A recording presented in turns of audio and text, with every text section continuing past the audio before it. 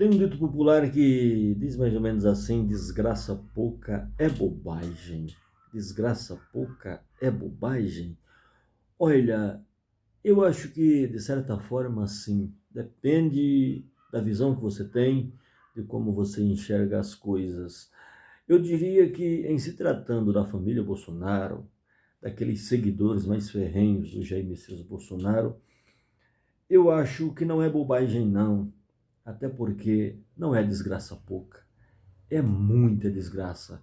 A desgraça que eles promoveram lá atrás, eles agora estão sentindo o peso de como é lidar com uma nação de um país continente como o Brasil e conduzir essa nação de qualquer jeito, deixar o seu povo meio que à revelia, deixar meio que embaixo da terra, como Deus cria batata. De onde eu venho, usa muito esse dito, que tudo está largado, tudo está de qualquer jeito, aí eles atribuem que quando a batata está lá debaixo do chão, Deus não está observando, enfim. Mas é só um dito popular, o que em relação ao Bolsonaro e à sua família não é um dito popular. É algo que já caiu no conceito do povo brasileiro e as pessoas estão sentindo que o Bolsonaro foi a pior coisa que poderia ter acontecido no Brasil. E não é que a mídia corporativa não deixou o Bolsonaro governar. Não é que o STF não deixou o Bolsonaro governar. É que o próprio Bolsonaro se enrolou com as suas palavras, com a sua vagabundagem sistêmica, com o seu mau caratismo e com os seus seguidores. E ele não quis trabalhar, porque se ele tivesse feito 30% do que a população brasileira que votou nele esperava que ele fizesse, ele teria sido reeleito em 2022 e já tinha dado o golpe de Estado. O golpe de Estado que ele fomentou durante todo o seu desgoverno e tentou concluir em 8 de janeiro de 2023, ele camuflou algum tempo, ele ficava meio que como uma onda, aumentava, baixava, subia a temperatura e pressão, mas ele sempre no intuito de dar golpe de Estado, a ponto de quando sentir que não tinha como, fugiu para os Estados Unidos ou saiu para os Estados Unidos, não passando a faixa para o presidente Lula, se refugiando lá em Orlando, na Flórida, e deixando os seus seguidores mais ferrenhos como verdadeiras buchas de canhão aqui no Brasil, e muitos estão presos. E hoje o Bolsonaro talvez esteja pagando um preço não muito caro, mas um preço compatível com o que ele fez contra a nação brasileira. O homem que conseguiu colocar o Brasil entre os párias, o homem que dizia que na época da pandemia era uma gripezinha, um homem que quando as coisas estavam caras nos supermercados, nos postos de gasolina, um homem que até as farmácias populares para aquelas pessoas menos favorecidas que precisam de remédio de alto custo, ele tirou tudo. Ele conseguiu colocar o Brasil de volta no mapa da fome e conseguiu ser mais corrupto do que todos os corruptos que já passaram por o Brasil. Conseguiu colocar sigilo de 100 anos em todos os seus cartões, e não eram poucos, em todos os processos. O homem que trocava todo e qualquer ministro que se sobrepôs ou que tentasse se sobrepor a ele. Ele basicamente trocou mais de 12 delegados da Polícia Federal em menos de um ano.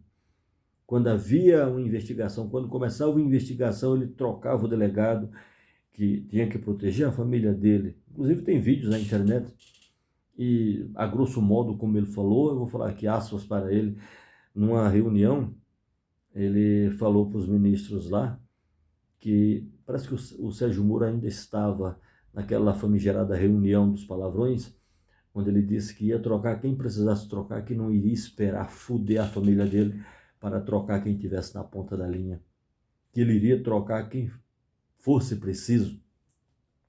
Pois bem, e como nessa vida existe a lei causa e efeito, né? uma lei universal, e muitas pessoas não acreditam, mas como eu sou muito espiritualizado, eu não sou espírita, e nada contra quem é, eu sou espiritualizado, acredito muito na lei do retorno, ou a lei de causa e efeito.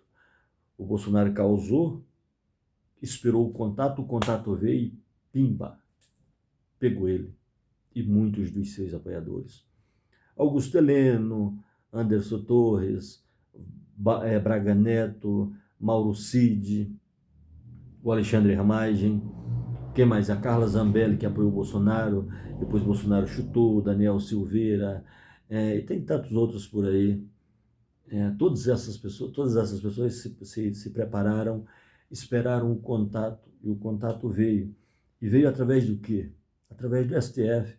Não como um STF punitivo, mas por um STF que reza a Constituição Federal, que garante a lei brasileira, porque o intuito do Bolsonaro, o intento do Bolsonaro era dar golpe de Estado rasgando a Constituição Federal, acabando com o STF e dando um golpe de Estado. E faltou muito pouco para isso acontecer. E agora, como se não bastasse, o seu filho Carluxo, o Carlos Cabeção, vereador federal pelo Rio de Janeiro, também investigado, foi citado e, juntamente com Alexandre Ramagem, acusados de arapongagem na ABIN, chamada ABIN paralela, que eles montaram para investigar até mesmo os apoiadores do Bolsonaro. Eles investigavam tudo, absolutamente tudo. Acredito que até eu tenha sido investigado. E repito, mais uma vez, eles fizeram coisa errada, não acreditando na Polícia Federal, que já tinha, não acreditando no Serviço de Inteligência da ABIN, que já tinha, criaram uma ABIN paralela, e anexada a essa ABIN paralela, criaram o Gabinete do Ódio, onde lá era usado para uma máquina ferrenha de fake news, para disseminar mentira e mentiras contra seus adversários, inclusive contra o presidente Lula, contra os ministros do STF. Aí no último dia 11, o Bolsonaro sendo inquirido no STF, quando ele ficou com aquele sorriso amarelo lá, sem graça, sabendo ele que já está condenado, quando ele parte para aquela brincadeira de mau gosto, pergunta para o Alexandre de Moraes se podia fazer uma brincadeira, o Xandão falou, se eu fosse você, eu constaria meus advogados. Ele falou assim, quer ser meu vice em 2026? Aquilo ali para os bolsonarentos foi uma morte. Ele não deveria ter se rebaixado tanto ao Xandão. Mas era o mesmo Xandão que o Bolsonaro dizia que não iria mais cumprir nenhuma ordem dele.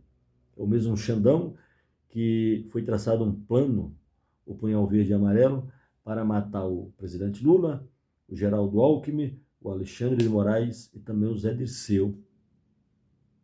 Todos com codinomes. Era Jeca, Joca e outros mais. Aí o Bolsonaro vem dizer que não tinha culpa, que não tinha conhecimento de nada disso. Tinha sim. E sabe o ponto interessante, que pouca gente prestou atenção, mas sabe o momento em que o Bolsonaro se condenou? Até o Alexandre de Moraes olhou para o Paulo Gonet, meio que de canto assim, e riu. Quando foi perguntado, o senhor teve acesso à minuta de golpe? Bolsonaro falou, eu tive acesso sim, mandaram para mim. Lá mostraram numa TV. Ali ele carimbou a sua condenação. O STF, o Alexandre de Moraes, os ministros do STF, colegiado, não irá condenar o Bolsonaro. Bolsonaro já está condenado. Bolsonaro auto se condenou, como ele fez questão de preparar a própria fornalha para jogar os seus seguidores, seus apoiadores, essa gente toda que apoiou o Bolsonaro, não tem como escapar. Todos eles irão responder pelos seus crimes. E são muitos crimes cometidos. E na Constituição Federal, no seu artigo 5º, cabeça, está escrito assim, caracteriza-se crime de natureza grave atentar contra a Constituição Federal. A Constituição Federal ela é o princípio continente. Ela não pode ser normada. Ela não pode ser normanda. Ela é para normar. Bolsonaro tentou normar a Constituição Federal. Se a Constituição Federal é o princípio continente, nenhum conteúdo pode explodir o continente. Bolsonaro chegou com conteúdo vazio, pouco robusto, e tentou explodir o continente. Quando o Bolsonaro falava naquelas reuniões que os caças F-5 poderia dar rasantes no STF, estourando os vidros do STF, ali o Bolsonaro já estava cavando a sua sepultura. Claro que eu falo de sepultura de forma figurada, no sentido figurado da coisa. Mas para quem é frouxo como o Bolsonaro, talvez a morte seja pior do que a prisão. Porque a prisão modifica as pessoas. Olha o Braga Neto como está, escavirado. Olha o Roberto Jefferson como está. Olha o Daniel Silveira como está. Então todas essas pessoas se sentiram acima do bem e do mal. E principalmente acima da lei. E a Constituição Federal, ela é a norma de todos os princípios. Mesmo assim, pagaram para ver. Esperaram o contato, repito. O contato veio, e agora o que se pode fazer? Nada. Se você pede chuva, tem que estar preparado para pisar na lama. Se você planta vento, com certeza você irá receber uma tempestade gigantesca. E foi isso que fizeram. Enquanto isso, o presidente Lula está no G7. O Brasil ainda não entrou. O presidente Lula foi como convidado, mas o Brasil ainda não entrou no bloco do G7, dos países mais desenvolvidos do mundo. Mas está faltando isso aqui para entrar. Acredito que no próximo encontro do G7, o Brasil já esteja por ali, e quem sabe, até 2030, o Brasil entra no bloco do G7, porque no G20 ele já está faz muito tempo.